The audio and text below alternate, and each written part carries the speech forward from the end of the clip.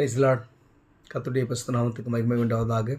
இன்றைய நாள் பொழுதிலே உங்கள் அனைவரும் சந்திப்பதில் நான் மிகவும் மகிழ்ச்சி கொள்கிறேன். கர்த்தர் உங்களையும் உங்கள் குடும்பங்களையும் ஆசீர்வதித்து பாதுகாத்து வழி நடத்துவாராக.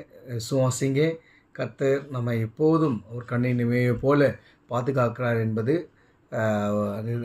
உண்மை. அதுதான் நம்முடைய விசுவாசம், இல்லையா? இன்றைய நாள் பொழுதிலே ஒரு அருமையான ஒரு வேத வாக்கியத்தை நாம் தியானிக்கலாம். 1 தீமோத்தேயு 6ஆம் அதிகாரம் 6ஆம் வசனம் மற்றும் 7ஆம் திருவார்த்தை. இதில் பாருங்கள், போதும் என்கின்ற மனதுடனே கூடிய தேவ பக்தியே மிகுந்த ஆதாயம். அழகான வசனம்ல. நம்ம என்ன கொடுத்தாலும் போதுன்ற ஒரு வார்த்தை வர்றதே கிடையாது. ஒரே ஒரு விஷயத்தில் வரும். சாப்பிட்ற விஷயத்தில் மட்டும்தான் நம்மளால் சாப்பிட முடியாத பட்சத்தில் போதுன்ற ஒரு வார்த்தை வரும். ஆனால் அழகாக சொல்கிறாரு, போதும் என்ற மனதுடனே கூடிய தேவ பக்தியே உங்களுக்கு மிகுந்த ஆதாயம். அதுக்கு அடுத்த வசனம் இருக்குது பாருங்கள், அருமையான ஒரு வசனங்க.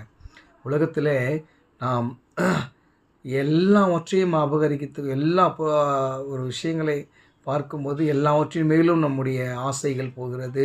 அதை எப்படியாவது வாங்கணும். ஒரு புதுசாக ஒரு காரியம் வந்தால் கூட, ஒரு ஃபோன் புதுசாக வருது, ஒரு கார் புதுசாக வருது, ஒரு வீடு வாங்கணும், இல்லை இந்த வீடோட இந்த வீடு பெஸ்ட்டு. ஒரு வீடு வாங்கிட்டு இருப்போம், அடுத்த வீடியோ போய் பார்க்கும்போது ஐயோ கொஞ்சம் லேட் பண்ணி இதை வாங்கியிருக்கலாமே.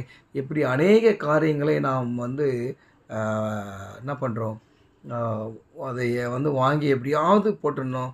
நம்ம அப்பா அம்மா கிட்ட கூட என்ன பண்ணலாம், இருக்கிறத வயசாகிடுச்சு அவங்க கூட வாங்கிக்கலாம், அண்ணன்கிட்ட வாங்கிக்கலாம், அக்கா, இப்படி நாம் எல்லாவற்றையும் அபகரிக்கும்படியான ஒரு மனித தன்மையுடையவர்களாக நாம் இருக்கிறோம். அதில் அது எவ்வளோ பெரிய தவறு. அது சேர்த்து வச்சாலும் ஒன்றுமே இல்லை, அது வேஸ்ட்டுன்றது அழகான ஒரு வசனம் சொல்லிட்டு பாருங்களேன். உலகத்திலே நாம் ஒன்றும் கொண்டு வந்ததும் இல்லை, இதிலிருந்து நாம் ஒன்றும் கொண்டு போவதும் இல்லை என்பது நிச்சயமாம். இல்லை, நீங்கள் என்ன தான் சொத்து சேர்த்தாலும், நீங்கள் என்ன பேர்பட்ட பெரிய கோடி 1000 கோடி 2000 கோடி சொத்துக்களை சேர்த்து கொண்டே போனாலும், நீ மரிக்கும்போது அதிலிருந்து ஒரு துரும்பையாகிலும் நீ எடுத்துக்கொண்டு போவதற்காகவோ கட்டிய அந்த வாட்சி, போட்டிருந்த மோந்திரம், இதெல்லாம் கூட நமக்கு சொந்தமானு கேட்டால் இல்லை. ஏன்?